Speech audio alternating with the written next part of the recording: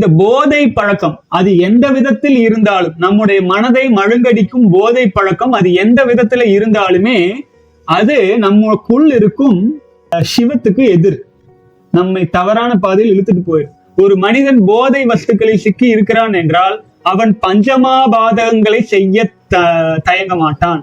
அவன் என்ன வேண்டுமானாலும் செஞ்சு விடுவான்.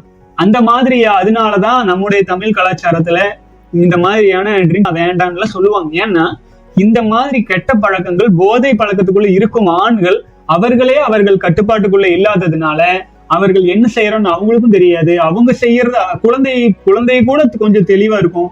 ஆனா இவங்களுக்கு தனக்கும் தீங்கு விளைவிச்சுட்டு, சமுதாயத்துக்கும் தீங்கு விளைவிச்சுட்டு, எல்லாருக்கும், பூமிக்கும், நாட்டுக்கும், தனக்கும் தன் குடும்பத்துக்கும் கேடு கேடு கேடு. போதையில் இருந்தால் தகுதியற்ற மனிதனாக மாறிவிடுவோம்.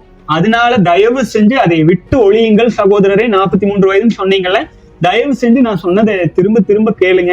போதையிலிருந்து நீங்க விடுபட்டே ஆகணும். இது நான் உங்கள் பாதத்தை தொட்டு கேட்டுக்கொள்கிறேன். போதை பழக்கம் இந்த வீடியோ